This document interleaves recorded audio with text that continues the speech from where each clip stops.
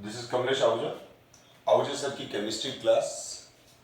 तो आज हम आगे क्वेश्चन करते हैं। अगर लास्ट क्लास की बात करूं तो मैं लास्ट क्लास के अंदर मैंने ये वाला क्वेश्चन आपको असाइनमेंट के लिए दिया था कि इसको आप खुद करना। आई होप आपने किया होगा, मैं सॉल्व कर रहा हूं। लास्ट क्लास में हमने मॉलिक्यूलर फॉर्मूला और एम्पिरिकल फॉर्मूला डिस्कस किया था। तो अ कंपाउंड कंटेनिंग 38 पॉइंट, तो इसमें आपको मालूम ही है, तो थोड़ा मैं फास्ट कर लूंगा। क्वेश्चन को ही करा रखा है मैंने, कार्बन, हाइड्रोजन एंड नाइट्रोजन। तो कार्बन का आरएनए निकाल लूं मैं, तो आरएनए कार्बन का आ जाएगा 38.8 divide by 12, percentage divide by atomic mass 16 divide by atomic mass, percentage given है 65, 45.2% डिवाइड बाय नाइट्रोजन का एटॉमिक मास है 14। अपन जब इसको सॉल्व करेंगे तो ये आएगा 3.23 और ये आ जाएगा 1 और ये 3.23 है। अगर आरएनए आ गया तो अब इससे अपन सिंपलेस्ट रेशो फाइंड आउट करेंगे। तो सिंपलेस्ट रेशो का यही कंसेप्ट है कि सबसे जो स्मॉलेस्ट नंबर है, सॉरी ये 16 है, तो जो सबसे स्मॉलेस्ट नंबर है उससे हम इसको डिवाइड करेंगे। तो 3.23 दो कॉमन स्मॉल है, तो कार्बन का आ जाएगा 3.323, 1, इसका आ जाएगा 16 डिवाइड बाय 3.23, ये आ जाएगा 5 और ये आ जाएगा 3.23 डिवाइड बाय 1। तो carbon is to hydrogen is to nitrogen is to 1 is to 5 is to 1 CH5N। ये क्वेश्चन आपसे हो गया होगा। अब हम आगे बढ़ते हैं बेटा। नेक्स्ट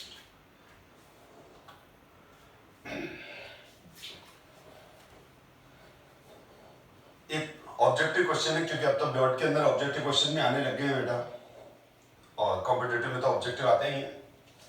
तो 4.4 gram of an unknown gas occupies 2.24 litre of volume at STP, the gas में बी। तो आप ध्यान दो, इसमें यह है कि हमको ये क्लियर है कि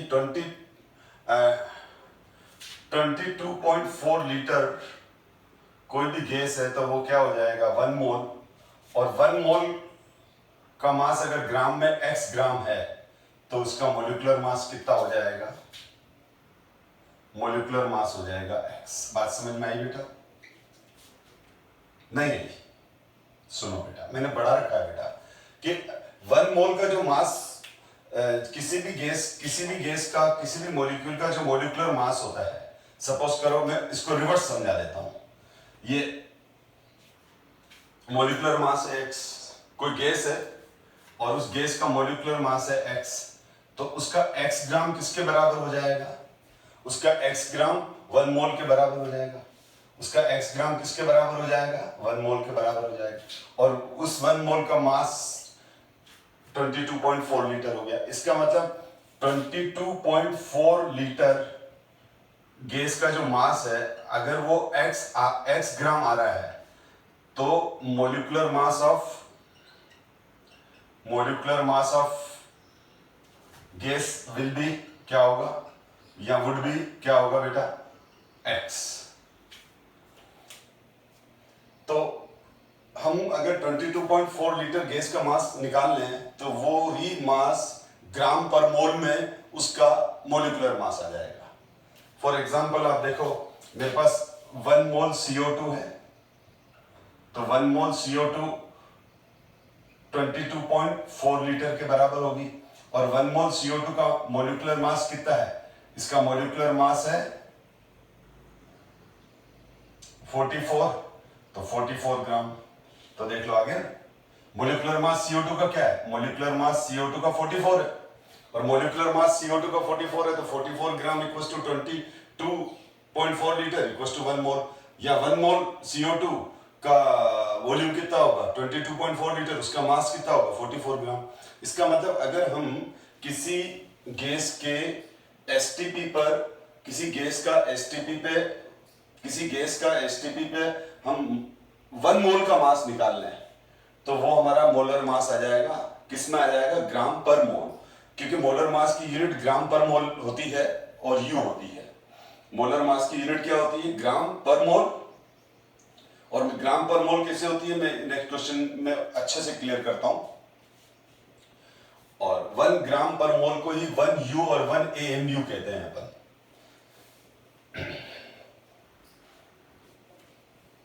देखो आप, अब इसका मतलब 4.4 gram of unknown gas occupied 2.24 litre, तो 2.24 लीटर का जो यहाँ मास दे रखा है STP पे, वो दे रखा है 4.4 ग्राम। देयरफॉर हमको क्या फाइंड करना है, mass of 22.4 litre of gas, that is mass of 1 mole of gas, 1 mole of gas. तो 2.24 लीटर का मास कितना हो गया, 4.4 ग्राम, तो 22.4 लीटर का मास कितना हो जाएगा, 44 ग्राम। Therefore, molar mass of gas क्या हो जाएगा, 44।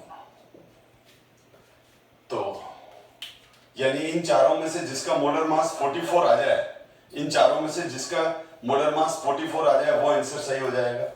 तो नाइट्रोजन का क्या हो गया, 14 28, 2 नाइट्रोजन है प्लस 1 ऑक्सीजन है 16, तो ये आ गया 44। अब बच्चे जल्दबाजी में इस पर टिक करके आगे देखते ही नहीं है।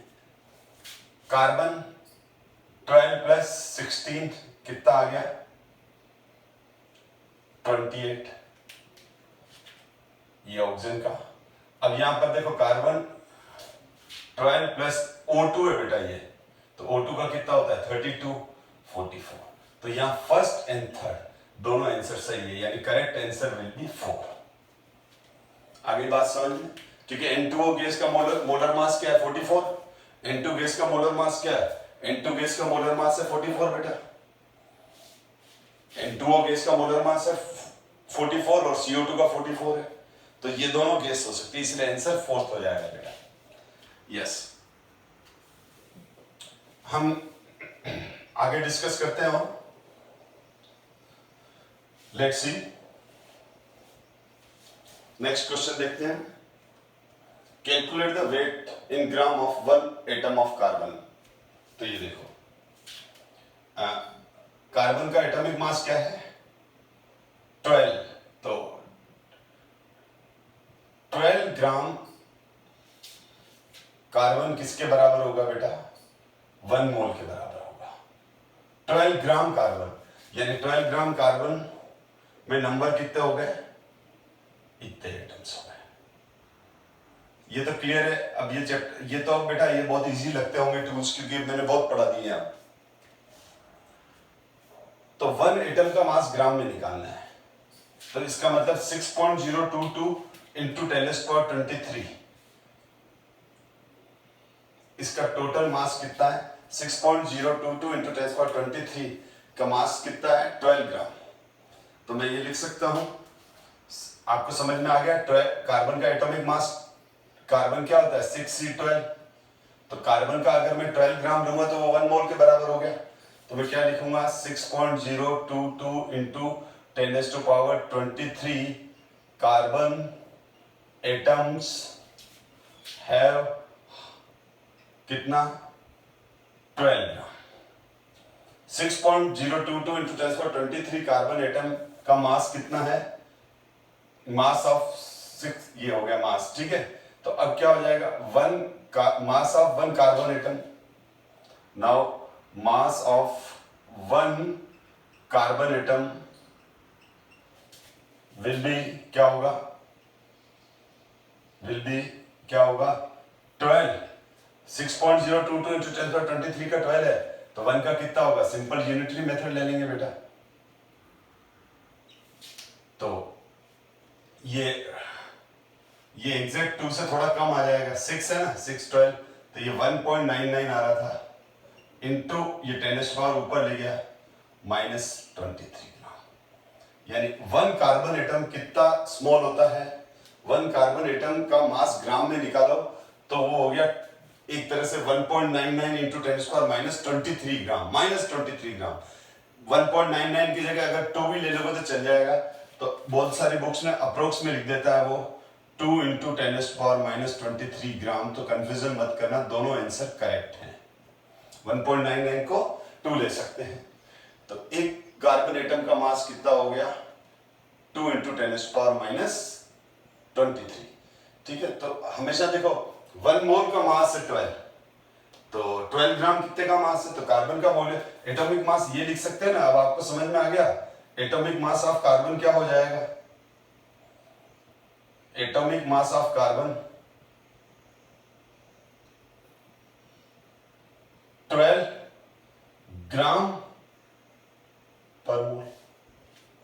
सही है ना? 12 ग्राम है 1 मोल में, 12 ग्राम है 1 मोल में, और मोल की वैल्यू रख देंगे तो 1 एटम का मास आ जाएगा। इसीलिए एटॉमिक मास की यूनिट हम क्या लेते हैं? 12 ग्राम। और इसको 12 को खाली यू भी लिखते हैं, 12 को AMU भी लिखते हैं। तो ये सारी एक ही बात है। इस तरह से लिखो, इस तरह से लिखो, इस तरह से लिखो, तीनों सही है। AMU को शॉर्ट में बोल दिया यू, यूनिफाइड यूनिट। AMU होता है एटॉमिक मास यूनिट। तो ये हमने नेक्स्ट देखते हैं हम।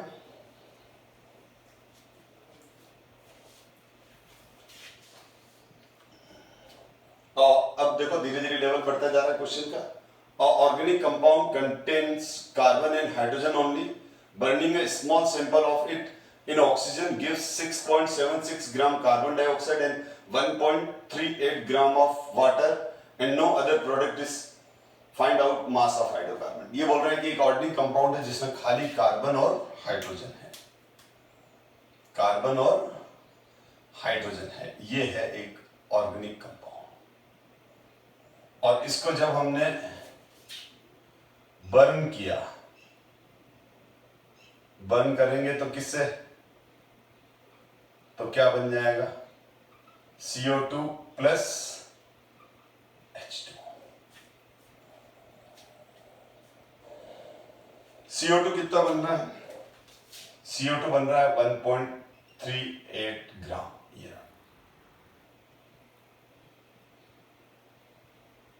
ठीक है। और वाटर कितना बन रहा है? नहीं सॉरी, 1.38 ग्राम तो वाटर बन रहा है बेटा। 1.38 ग्राम तो क्या बन गया? वाटर बन गया। ठीक है, 1.3 ग्राम ऑफ वाटर। ठीक है, और कार्बन डाइऑक्साइड कितना बना है इसमें?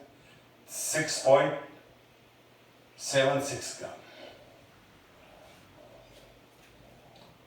और ये बोल रहा है इसका मास फाइंड आउट कर रहा है, x ग्राम है, तो x की वैल्यू फाइंड आउट करनी है आपको। x की वैल्यू फाइंड आउट करनी है, इसका मास कितना है ये फाइंड आउट करना है हमको।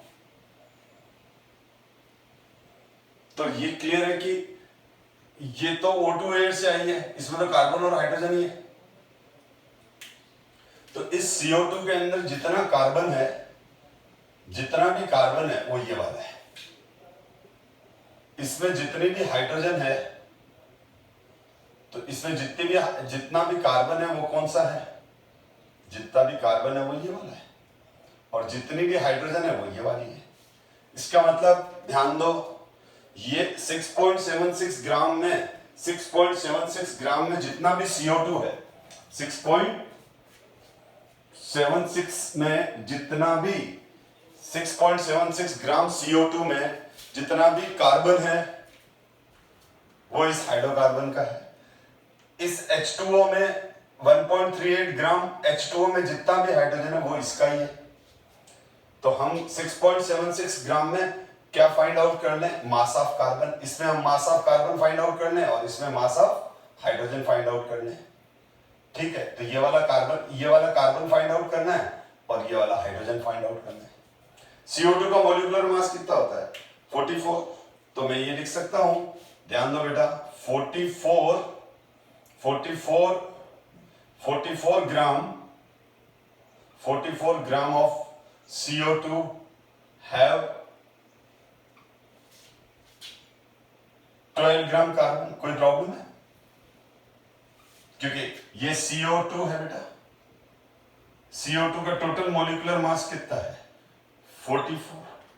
इसमें से इस कार्बन का मास कितना है? 12।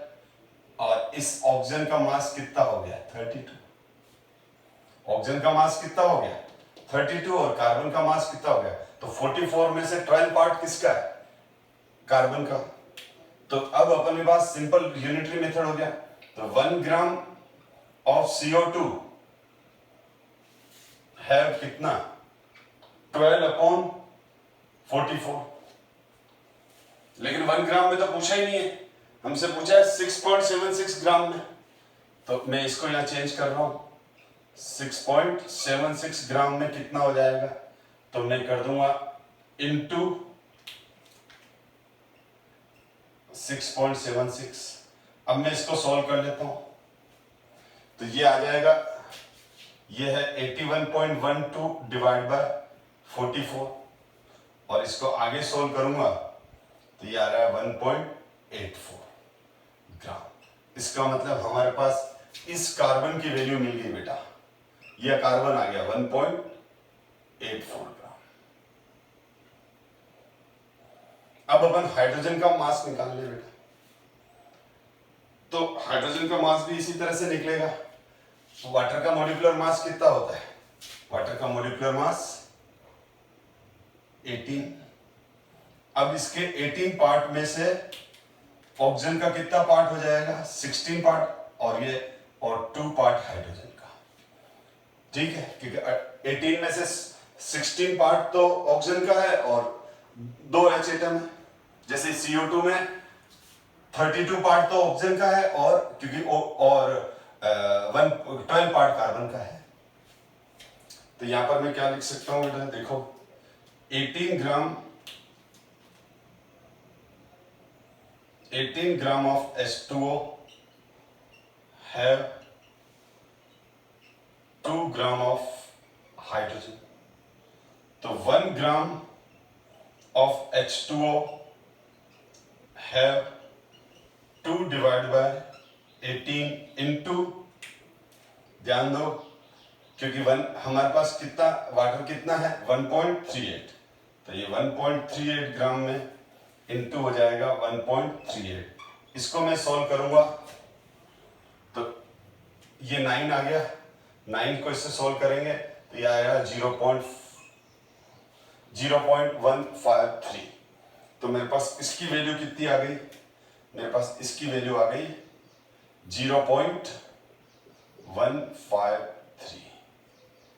और अब मैं इसको ऐड कर दूं 0. तो ये आ जाएगा 1.99 ग्राम। तो टोटल, तो हमारे पास देखो टोटल डिस्ट्रीब्यूशन आ गया ना बेटा, ध्यान से देख लो। ये तो समझ में आ गया ना, CO2 का 44 है, 44 में से कार्बन 12 है और O2 है, तो 32 हो गया। H2O में ऑक्सीजन 16 है, 18 में से ऑक्सीजन का पार्ट 16 है, तो बाकी हाइड्रोजन का 2 हो गया। इस बेस पे मैंने कर लिया, और ये प्रेजेंटेशन भी अच्छा है, आप इस प्रेजेंटेशन से भी समझ सकते हो। ठीक है, तो ये इसका मतलब इस ऑर्गेनिक कंपाउंड में कार्बन और हाइड्रोजन है, तो कार्बन है 1.84 ग्राम प्लस हाइड्रोजन है 0.153 ग्राम, दोनों को ऐड किया 1.99, ये आंसर मैच कर गया बेटा। तो नेक्स्ट क्वेश्चन करते हैं। यस, रीड करो। ब्यूटेरिक एसिड कंटेन, ये भी इसी तरह का क्वेश्चन है, थोड़ा सा चेंज किया मैंने।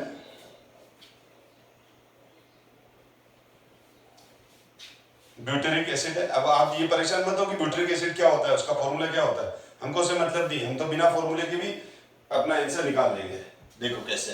Butyric acid contains only carbon, hydrogen and oxygen.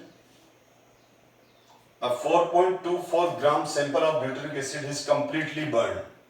ठीक है, अब ये बोल रहा है कि हमारे पास ये है ब्यूटेरिक एसिड, और इस ब्यूटेरिक एसिड का हमने अमाउंट कितना लिया है बेटा, और इसमें ये बोल रहा है इसमें कार्बन कोमा हाइड्रोजन और ऑक्सीजन है, CHO है।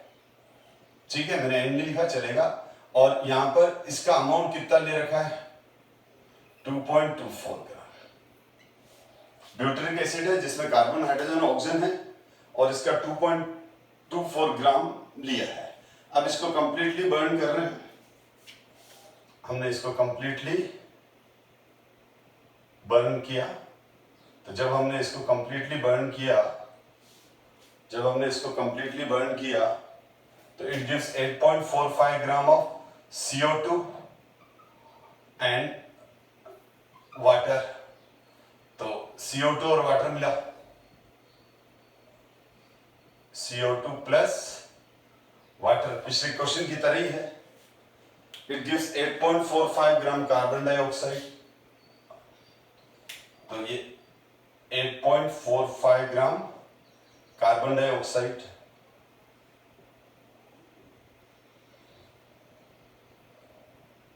and 3.46 gram of water. What is the mass of each element in butyric acid? यानी अब ये थोड़ा क्वेश्चन चेंज कर दिया कि इसमें कितना ग्राम कार्बन है, कितना ग्राम हाइड्रोजन है और कितना ग्राम ऑक्सीजन है। तो थोड़ा सा चेंज है क्वेश्चन।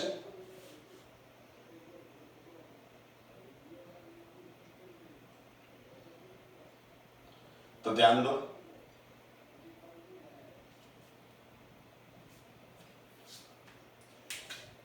अब इसमें भी वही होगा जो पिछला वाला क्वेश्चन था कि कार्बन, इसके अंदर जो कार्बन है वो ये वाला है, ये कार्बन है। इसमें जो हाइड्रोजन है वो ये रहा, ये हाइड्रोजन। ठीक है, अब ये वाला, तो सबसे पहले CO2 के अंदर कार्बन निकालने और H2O के अंदर हाइड्रोजन निकालने, तो कार्बन और हाइड्रोजन का तो मास आ जाएगा। चलो उसी बिल्कुल सेम क्वेश्चन हो गया बेटा। तो देखो 44 gram of CO2 have 12 gram carbon. ठीक है, 44 ग्राम में ये कार्बन कितना है, ये 32 है और ये 12 है, तो 12 ही होगा ये। ठीक है, और अब 8.45 ग्राम ऑफ CO2 हैव कितना आ जाएगा, 12/44 इंटू 8.45। अब इसको आप सोल्व करोगे तो आ जाएगा 2.3 ग्राम कार्बन। अब आप सोल्व कर सकते हो, ये आंसर लिखा हुआ है। Similarly 18 gram of H2O have 2 gram of hydrogen. तो हमारे पास 3.46 ग्राम है, 3.46 gram of H2O have 2/18 into 3.46, ये 9, इसको सोल्व करोगे तो ये आ जाएगा 0.38 ग्राम। ये सेकंड आंसर ये रहा। अब हमारे पास क्वेश्चन ये कि इसमें ऑक्सीजन भी पूछा है, क्योंकि इसमें ऑक्सीजन भी है। तो हमारे पास क्या है, carbon plus hydrogen plus oxygen, इसका टोटल मास हमको दे रखा है 4.24 ग्राम दे रखा है। ये रहा देखो, 2.24 ग्राम दे रखा है। ये रहा, इस सैंपल का मास हमको दे रखा है 2.24 ग्राम दे रखा है।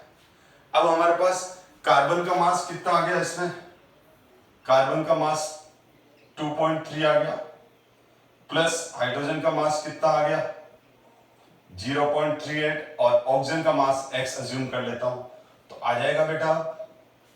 तो क्या हो जाएगा, x इक्वल्स टू क्या हो जाएगा 4.24, और इन दोनों को ऐड कर देता हूं तो 2.3, तो ये माइनस आ जाएगा 2.68, क्योंकि इन दोनों 2.3 प्लस इसको करूंगा तो कितना आ गया, ये आ जाएगा 2.68 प्लस x इक्वल्स टू 4.24। तो x इक्वल्स टू क्या आ जाएगा, x इक्वल्स टू आ जाएगा 1.56 ग्राम ऑफ ऑक्सीजन। सॉल्व कर लेना, मैंने 4.24 माइनस 2.68 86 जो मैंने किया वो सही है बेटा, इसमें से माइनस कर दो, आई थिंक यही आएगा। तो ये इस तरह से हमारे पास ये आ गया। तो अब आपको ये मालूम पड़ गया कि एक तरह से ये रिवर्स क्वेश्चन है। इन रिवर्स क्वेश्चन में हमको प्रोडक्ट देके रिएक्टेंट का मास पूछा है, तो कैसे निकालेंगे, एलिमेंट्स का मास कैसे निकालेंगे। तो ये 4.24 है, इसमें से माइनस किया 2.68, हाँ 1.56 आ रहा। मेरे को लग रहा था कहीं तो गलत तो नहीं आ रहा, बस सही है।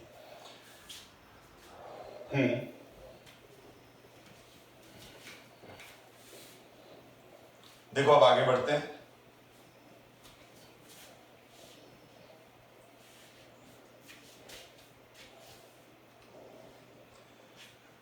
If the element composition of butyric acid is found to be 54.2%, ये बहुत सिंपल क्वेश्चन हो गया बेटा, आप ही सोल्व कर सकते हो, क्योंकि ये बोल रहा है कार्बन, हाइड्रोजन, ठीक है, carbon, hydrogen and oxygen, carbon, hydrogen and oxygen. तो मैं सीधा आरएनए निकाल लूं। आरएनए क्या होता है, percentage of element divide by atomic mass. तो 54 डिवाइड बाय 12, और हाइड्रोजन का परसेंटेज कितना है 9.2, और उसका एटॉमिक मास, आरएनए क्या होता है percentage divide by atomic mass, और ये हो गया 36.6 डिवाइड बाय 16। अब इन तीनों को सोल्व कर लेते हैं। तो तीनों को सोल्व कर लेते हैं, तो 12, तो यहां पर आ जाएगा 48, तो 4.5, और ये आ जाएगा 9.2, और ये आ जाता है 2.28। तो हमारे पास 3 आरएनए आ गए। अब यहाँ 3 आरएनए आ गए, तो इन 3 आरएनए में से हम सिंपलेस्ट रेशियो कैसे निकालेंगे। जो सबसे छोटा आरएनए है, और वो सबसे छोटा वाला आरएनए कौन सा है, सबसे स्मॉलेस्ट आरएनए ये है, तो इसको सबसे डिवाइड कर देंगे। तो 4.5 divide by 2.28, 9.2 divide by 2.28, 2.28 divide by 2.28, ये आ गया 1, और ये आ जाएगा 4, लग ही रहा है, और ये 2 आ जाएगा, ये आ जाएगा 2 के आसपास आ जाएगा, ठीक है। अगर थोड़ा सा जैसे 1.9 आ रहा है, 1.98 आ रहा है, 1.97 आ रहा है, तो उसको 2 ही लो, क्योंकि ये थोड़ा सा वो हल्का फुल्का एरर रहता है। जैसे ये 4.5 एग्जैक्ट नहीं है, थोड़ा सा 4.5 से ज्यादा है, तो ये एग्जैक्ट 2 आ जाएगा। तो अब हमारे पास कार्बन इस टू हाइड्रोजन इस टू ऑक्सीजन का जो रेशियो आ गया वो आ गया 2:4:1। तो हमारे पास इंपेरिकल फॉर्मूला EF मतलब क्या है, इंपेरिकल फॉर्मूला क्या आ गया, C2H4O। अब इंपेरिकल फॉर्मूला मास निकाल लेते हैं, क्योंकि मैंने इसमें सेकंड क्वेश्चन पढ़ो। The molecular mass of butyric acid was determined by experimental to be 88। अब molecular mass दे रखा है इसमें, तो what is the molecular formula। तो empirical formula क्या हो जाए, ये कार्बन 2 है तो 24 तो कार्बन हो गया, हाइड्रोजन 4 है 16, तो ये आ गया 44।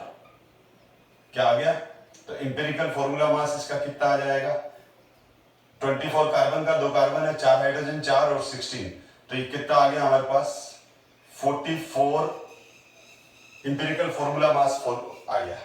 और हमारे पास मॉलिक्यूलर फॉर्मूला मास कितना है, मॉलिक्यूलर फॉर्मूला मास कितना है बेटा 88। तो आपको ध्यान होगा बेटा, हमने जब इनिशियली क्लास ली थी इसकी प्रीवियस क्लास, तो प्रीवियस क्लास में मैंने ये बताया था आपको N क्या होता है, N होता है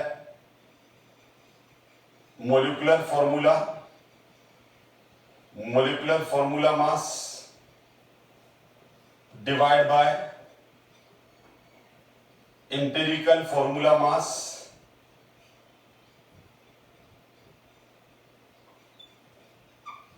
तो यहां पर क्या आ जाएगा, 88 डिवाइड बाय 44, तो इसकी वैल्यू आ गई हमारे पास, n की वैल्यू हमारे पास 2 आ गई। n की वैल्यू हमारे पास क्या आ गई बच्चों,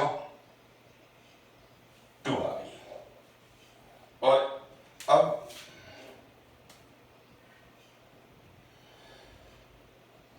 molecular formula equals to empirical formula whole है। ये फॉर्मूला भी बता रखा है मैंने आपको। तो मॉलिक्यूलर फॉर्मूला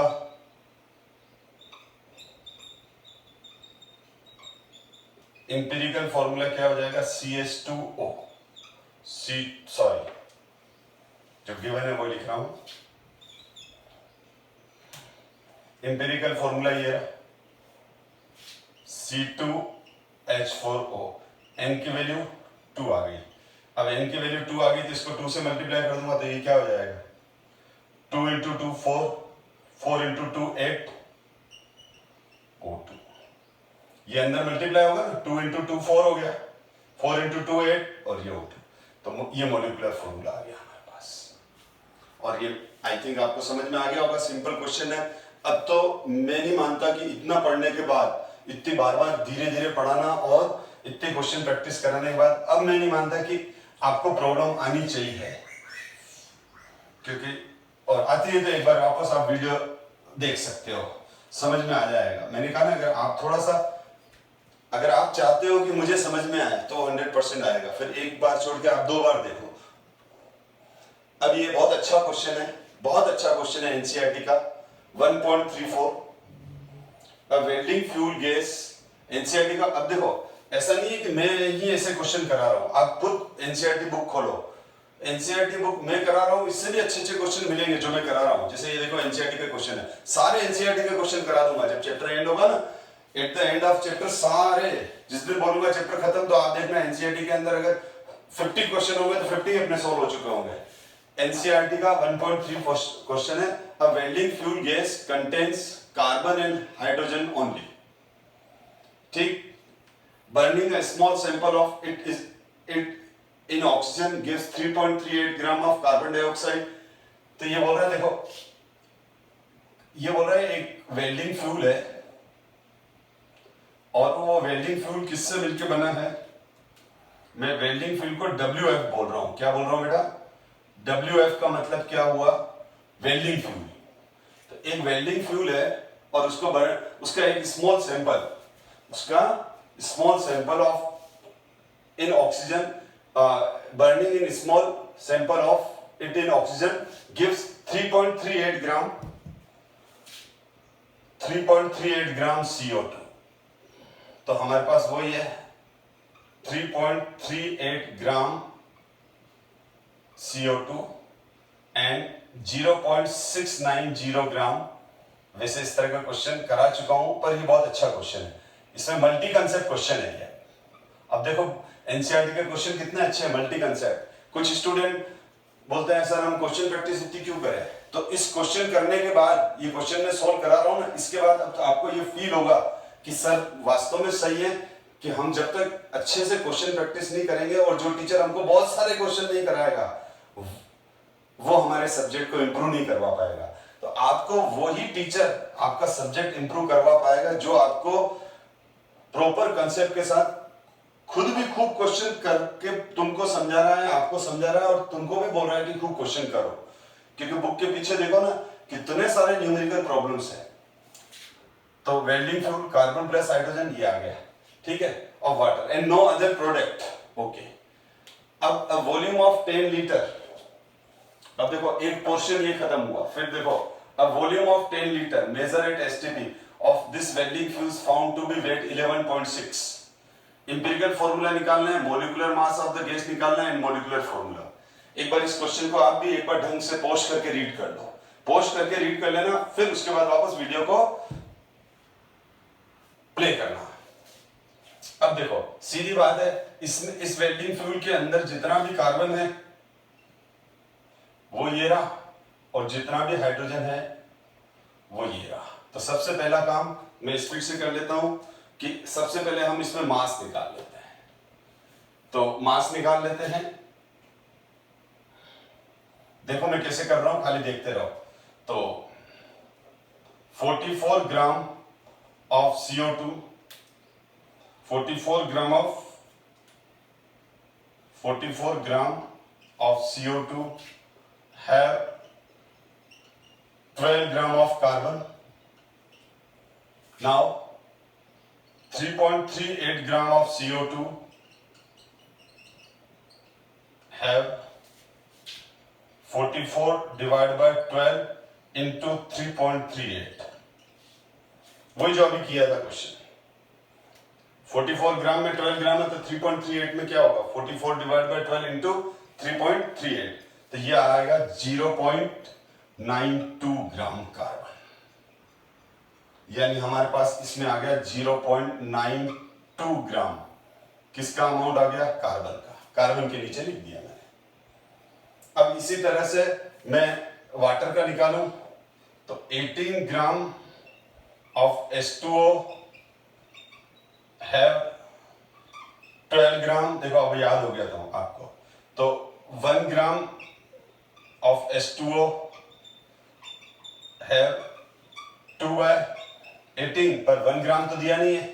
कितना दिया है ये देखो, कितना है हमारे पास 0.69 ग्राम। तो यहां पर कितना लिखूंगा मैं 0.69 ग्राम। तो इसको इंटू कर दूंगा 0.69 ग्राम से। ये 9 से डिवाइड करोगे ये आ जाएगा 0.076। कितना आ जाएगा, तो ग्राम हाइड्रोजन। तो अब मेरे पास क्या आ गया, इसके अंदर हाइड्रोजन कितना आ गया 0.076। यानी इस वेल्डिंग फ्यूल के अंदर 0.92 ग्राम तो कार्बन है और 0.076 हाइड्रोजन है। ठीक है, तो वेल्डिंग फ्यूल का ये मास निकाल लिया अपन ने।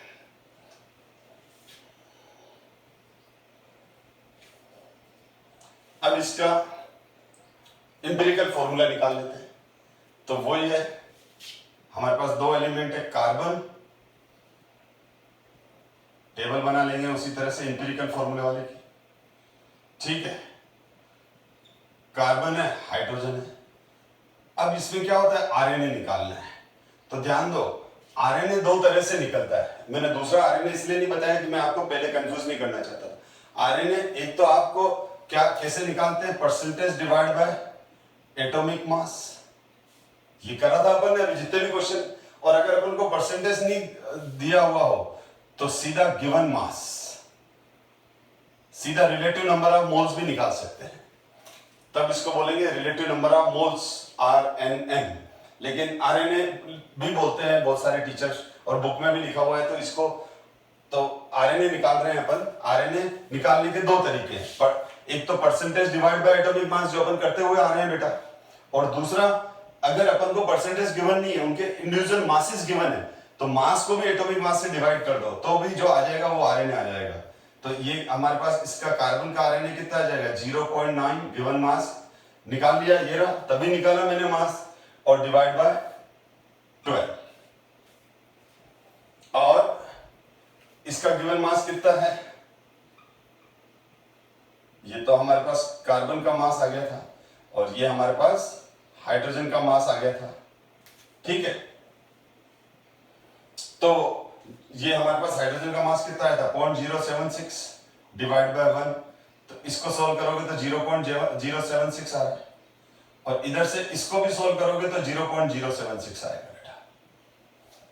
यानी दोनों आरएनए सेम है, यानी जितना ये उतना यही है, यानी 1:1। यानी आरएनए निकालने के लिए क्या करते हैं, जो लोवेस्ट आरएनए उसको डिवाइड कर दो। अब ये करने की जरूरत ही नहीं है क्योंकि दोनों सेम आरएनए हैं। ठीक है, यानी 0.076 divide by 0.076 equals to 1। 0.076 equals to 1। पर ऐसा करना अच्छा नहीं लगता है, साफ नजर आ रहा है दोनों की वैल्यू 1:1 है, ये 1 है, 1 है। तो इसका मतलब हमारे पास कार्बन इस टू हाइड्रोजन का जो रेशियो आया वो 1:1 आया। तो इंपेरिकल फॉर्मूला क्या आ गया बेटा? इंपेरिकल फॉर्मूला हमारे पास आ गया CH। हमारे पास इसका इंपेरिकल फॉर्मूला क्या आ गया? शायद दिख नहीं रहा है, बच्चों बोल रहे हैं, ये देखो ऊपर लिख रहा हूं। इंपेरिकल फॉर्मूला हमारे पास आ गया CH। क्या आ गया इंपेरिकल फॉर्मूला? हमारे पास CH आ गया, क्योंकि 1:1 है तो CH is the empirical formula. अब मैं इसको हटा रहा हूं यहां से, 1:1 आया। तो अब इंपेरिकल फॉर्मूला हमारे पास आ गया CH, क्योंकि कार्बन और हाइड्रोजन का रेशियो 1:1 है। इंपेरिकल फॉर्मूला मास कितना आ गया? इंपेरिकल फॉर्मूला मास कितना आ जाएगा? 13, कार्बन का 12 और हाइड्रोजन का 1। और मोलिकुलर फॉर्मूला मास फाइंड करना है। मोलिकुलर मास, मोलिकुलर फॉर्मूला फाइंड करना है। अभी हमारे को 2 पॉइंट फाइंड करने हैं। एक तो फाइंड करना, अभी हमारे पास इंपेरिकल फॉर्मूला आ गया CH, ये आ गया बेटा। जो मैंने कहा ना, अगर मास गिवन हो तो given mass divide by atomic mass, और गिवन मास डिवाइड बाय इसका मतलब दोनों के मोल्स सेम है। जितने मोल्स कार्बन के उतने मोल्स हाइड्रोजन के हैं। तो मोल्स का रेशियो क्या हो गया? 1:1, यानी कार्बन और हाइड्रोजन का रेशियो क्या हो गया? कार्बन का भी 1 और हाइड्रोजन का भी 1। तो ये अपने पास इंपेरिकल फॉर्मूला आ गया। कार्बन और हाइड्रोजन का जो रेशियो था इसमें, वो CH का रेशियो कितना आ गया? 1:1। तो इंपेरिकल फॉर्मूला क्या आ गया था? CH। इसको हटा रहा हूं मैं। अब मेरे को 2 वैल्यू निकालनी है। मोलिकुलर फॉर्मूला मास निकालना है। अभी एनसीईआरटी का क्वेश्चन है, आप बुक खोल के देखो, एनसीईआरटी फर्स्ट चैप्टर, सबसे लास्ट क्वेश्चन ही यही है, या लास्ट नहीं होगा, शायद 36 क्वेश्चन है तो ये 34 वाला क्वेश्चन है। लास्ट क्वेश्चन देखो एनसीईआरटी एंड, जब चैप्टर खत्म हो जाए उसके बाद वाले क्वेश्चन।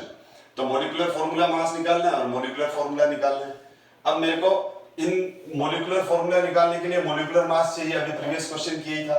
तो a volume of 10 litre of this welding fluid is found to be 11.6। अभी क्वेश्चन कराया था मैंने, अभी तो आपको बताया था कि अगर हम किसी गैस के 22.4 लीटर का मास निकाल लें तो वो 1 मोल के बराबर है, और वही मास उसका किसके बराबर आ जाएगा? मोलिकुलर मास का। तो मैं अगर इस वेल्डिंग फ्लूइड का मास निकालूं 22.4 लीटर एसटीपी पे, 22.4 लीटर एसटीपी पे इस गैस का मास निकाल लूं तो वही तो मोलिकुलर मास आएगा। 2 क्वेश्चन करा चुका हूं मैं इसके अभी इसी वीडियो में, तो आप देखो इसी क्लास में, तो ध्यान दो बेटा। तो हमारे को क्या बोल रहा है? 10 लीटर का मास कितना है एसटीपी पे? 10 लीटर का मास दे रखा है 11.6 ग्राम। तो मैं 22.4 लीटर का मास निकालूं तो 10 लीटर का मास इतना है, तो 1 लीटर का मास कितना हो जाएगा? 11.6 divide by 10 gram. Now total mass in 22.4 litre at STP, तो क्या हो जाएगा? 1 लीटर का मास है 11.6 डिवाइड बाय 10, लेकिन 22, ये तो 1 लीटर का मास है, तो 22.4 का कितना हो जाएगा? इंटू कर दो 22। अब इसको सोल्व करो तो ये आंसर आ रहा है 26। ये कितना आ रहा है? 26। तो अब हमारे पास क्या आ गया बेटा? 26 हमारे पास मोलिकुलर मास भी आ गया, मोलिकुलर फॉर्मूला मास भी आ गया। 10 लीटर का मास है 11.6 ग्राम, तो 1 लीटर का होगा 11.6 डिवाइड बाय 10, कोई प्रॉब्लम नहीं। मेरे को मोलिकुलर मास निकालना है, तो मेरे को इस गैस का कितने लीटर का मास चाहिए? 22.4 का मास चाहिए। अगर 22.4 का मास अगर मैंने निकाल लिया तो वही तो इसका मोलिकुलर मास है, क्योंकि 22.4 लीटर एसटीपी पे 1 मोल गैस के मास के बराबर होता है। तो अब हमारे पास आगे बढ़े बेटा। तो अब मैं क्या करूं, मेरे पास ये 26 आ गया, तो ये यहां वैल्यू लिख दी। अब मैं आगे बढ़ रहा हूं। अब मेरे पास n की वैल्यू क्या आ जाएगी? Empirical formula mass, sorry molecular formula mass divide by empirical formula mass, अभी अभी लिखा मैंने फॉर्मूला। एन क्या होता है? Molecular formula mass divide by empirical formula mass. तो मोलिकुलर फॉर्मूला मास अभी निकाला 26, इंपेरिकल फॉर्मूला मास ये निकाल रखा पहले से ही CH का 13। तो हमारे पास n की वैल्यू क्या आ गई? 2। अब हमारे पास मोलिकुलर फॉर्मूला निकालना है। तो मोलिकुलर फॉर्मूला किसके बराबर होगा बेटा? मोलिकुलर फॉर्मूला हो जाएगा इंपेरिकल फॉर्मूला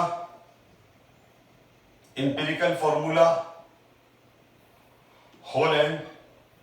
इंपेरिकल फॉर्मूला क्या है हमारे पास? CH। n की वैल्यू कितनी है हमारे पास? n की वैल्यू 2 है। तो ये फॉर्मूला आ गया। तो हमारे पास आंसर क्या आ जाएगा? हमारे पास आंसर आ जाएगा C2H2। इथाइन गैस हो गई बेटा। ये क्या हो गई? ये इथाइन गैस हो गई। आप ध्यान से देखो, नहीं समझ में आया तो रिमाइंड करके वापस देख लेना। एनसीईआरटी का ऐसा क्वेश्चन है, तो अब आपको लग रहा होगा कि सर ने इतनी क्वेश्चन प्रैक्टिस क्यों कराई, अब समझ में आया। चलो अब ये वाला क्वेश्चन कर ही लेते हैं, अब छोटा सा ही है। तो वैसे ये सिंपल मोल कंसेप्ट से रिलेटेड है।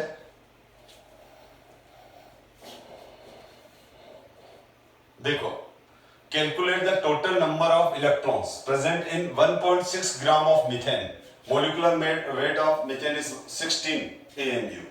तो देखो, calculate the total number of electron present in 1.6 gram of methane. तो देखो, सबसे पहले तो अपन क्या कर लेते हैं, क्वेश्चन सोल्व कर रहा हूं, अपने आप समझ में आएगा। मोल फाइंड आउट कर लेते हैं। मोल ऑफ CH4 कितना आ जाएगा? 1.6 डिवाइड बाय 16, 0.1 और 1/10 मोल। मोल का फॉर्मूला गिवन मास इन ग्राम 1.6 ग्राम दे रखा है। तो हमारे पास 0.1 मोल मीथेन है और 1/10 मोल ऑफ CH4 है। अब ये बोल रहा है इसमें number of electrons find out करने हैं। तो CH4 का 1 मोल है हमारे पास। तो कार्बन में कितने इलेक्ट्रॉन्स होते हैं बेटा?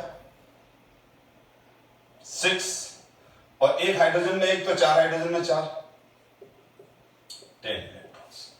तो 1 मोल ऑफ मीथेन समझ में आ गया। कार्बन में एक कार्बन एटम में कितने इलेक्ट्रॉन हुए बेटा? CH4 है। CH4 है तो बेटा क्या हुआ? कार्बन में 6 इलेक्ट्रॉन हुए, कार्बन में 6 इलेक्ट्रॉन होते हैं, 4 हाइड्रोजन में 4 इलेक्ट्रॉन्स हो गए।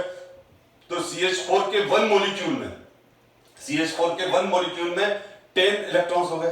तो CH4 के 1 मोल में 10 मोल इलेक्ट्रॉन्स हो गए। CH4 के 1 मॉलिक्यूल्स में क्या हो गए? CH4 के, तो 1 मोल ऑफ CH4 हैव कितना इलेक्ट्रॉन?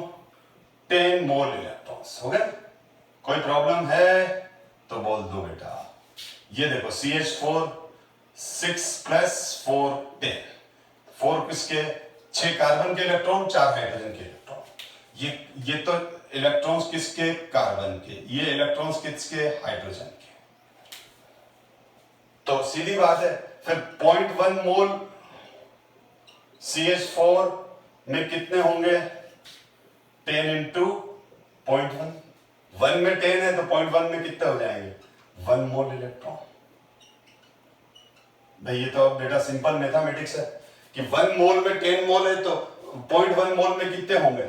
या यूं बोलूं 1/10 मोल में कितने होंगे? तो 1/10 में 10 मोल में 1 मोल में 10 मोल है तो 1/10 में कितने हो जाएंगे? 1 मोल हो जाएंगे।